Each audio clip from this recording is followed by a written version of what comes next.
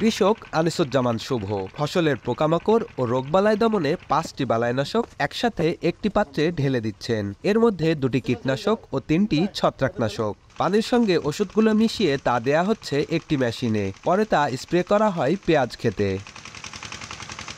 কৃষকরা বলছেন, ফসলের রোগবালাই দমনে এভাবে কয়েকটি বালাইনাশক একসঙ্গে মিশিয়ে বছরের পর বছর ফসলে স্প্রে করছেন তারা। এতে ফসলকে পোকামাকড় ও ছত্রাকের আক্রমণ থেকে রক্ষা করা যায়। রোগবালাই দমনে সফল হওয়ায় পুরো জেলায় এমন ককটেল বানানোর প্রবণতা বাড়ছে দিনকে দিন। জমির ভিতরে যদি আপনার একাধিকবার যদি ঘোরাফেরা করা যায়, ওই পেঁয়াজের গাছগুলো ভেঙে যায়। ক্ষতির দিকটা চিন্তা ভাবনা করে আর এর পার্শ্ব প্রতিক্রিয়া একসাথে দিলে পরে আমরা ইতিপূর্বে যে বছরগুলোতে চাষ করেছি সেরকম ক্ষতি হয়নি, বরং পেঁয়াজ ভালো ছিল।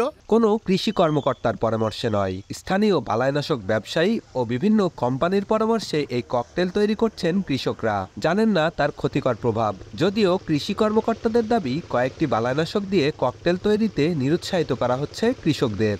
অর্ধেক পাউডারে দ্বিগুণ উজ্জ্বলতা। নতুন রিন অ্যাডভান্সড অর্ধেক পাউডারে দ্বিগুণ উজ্জ্বলতা।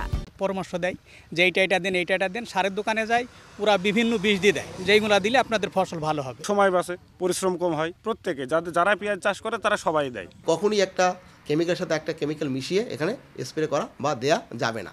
এতে করে পোকামাকড় রেজিস্ট্যান্স হয়ে যাবে, ওই ডোজে কাজ করবে না এবং ফসলের ক্ষতি হবে। তবে এভাবে বিভিন্ন ধরনের বালাইনাশক একত্রে মেশালে সরাসরি প্রভাব পড়তে পারে মানুষের শরীরে। বন্ধ্যাত্ব, শ্বাসকষ্ট, এমনকি ক্যান্সারের ঝুঁকি বাড়তে পারে বলছেন রসায়ন বিশেষজ্ঞরা। আর প্রাণীবিদরা বলছেন, এর প্রভাবে কার্যকারিতা হারাবে ওষুধগুলো, যার দীর্ঘমেয়াদী ক্ষতিকারক প্রভাব পড়বে ফসল উৎপাদনে।